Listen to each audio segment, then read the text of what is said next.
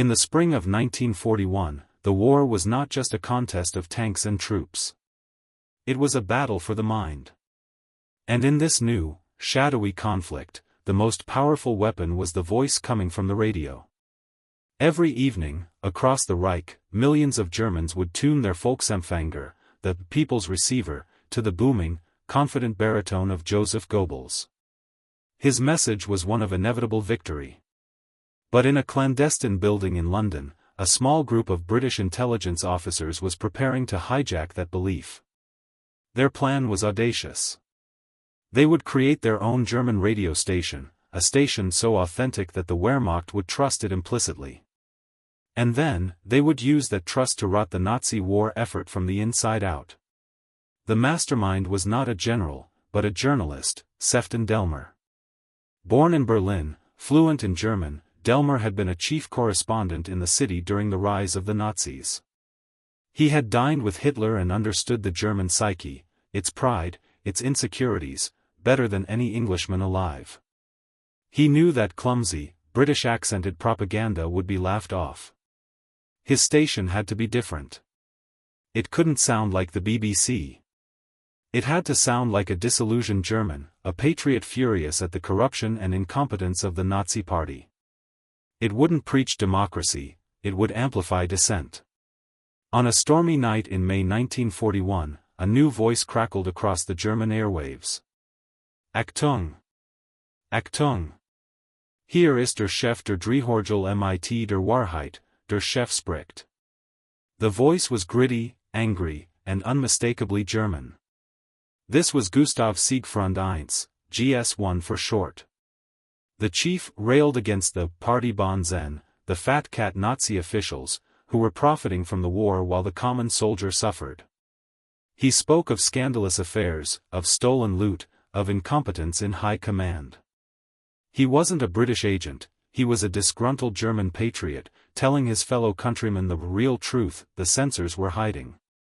The mask was perfect. The genius of GS1 was in its meticulous construction. Every broadcast was a cocktail of 95% verifiable truth and 5% lethal poison. Delmer's team, staffed with German émigrés, dissidents, and POWs, scoured intelligence reports for real facts, a unit's location, a commander's name, a minor logistical delay. They would report this accurately, building immense credibility. Then, they would slip in the lie. The reason for that delay, comrades, is because the Gauleiter's nephew has requisitioned the trains for his private art collection. The listener, trusting the facts, would swallow the fiction. It was a poison pill, coated in truth. As the war dragged on, the chief evolved.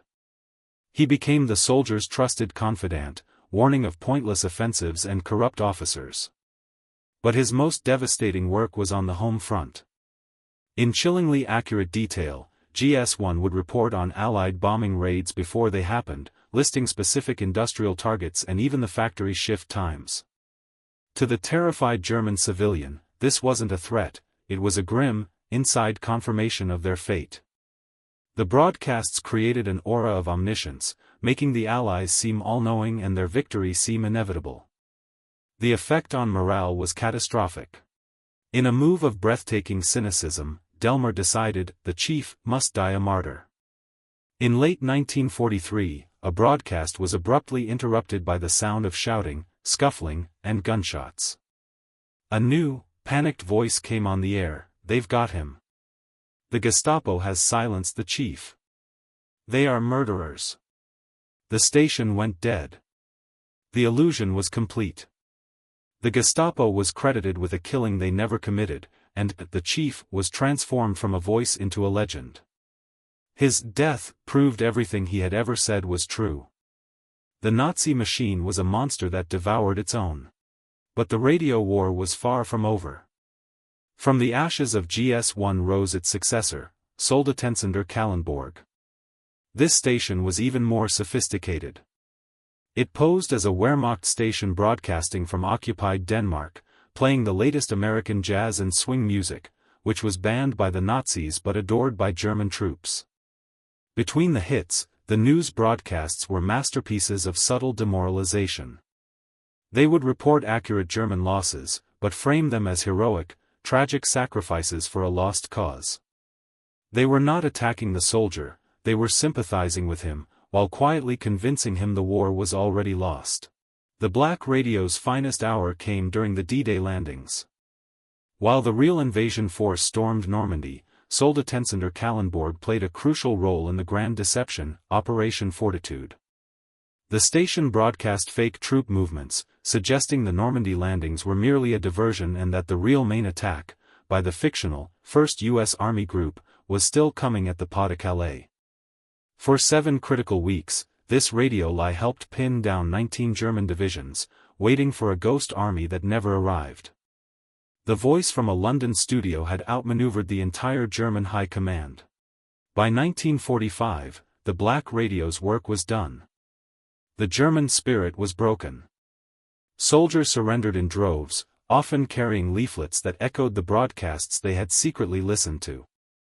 The Nazi propaganda machine, once so potent, lay in ruins, outmaneuvered by a more insidious and clever foe. In his final broadcasts, the voice of Soldotensender Kallenborg didn't gloat.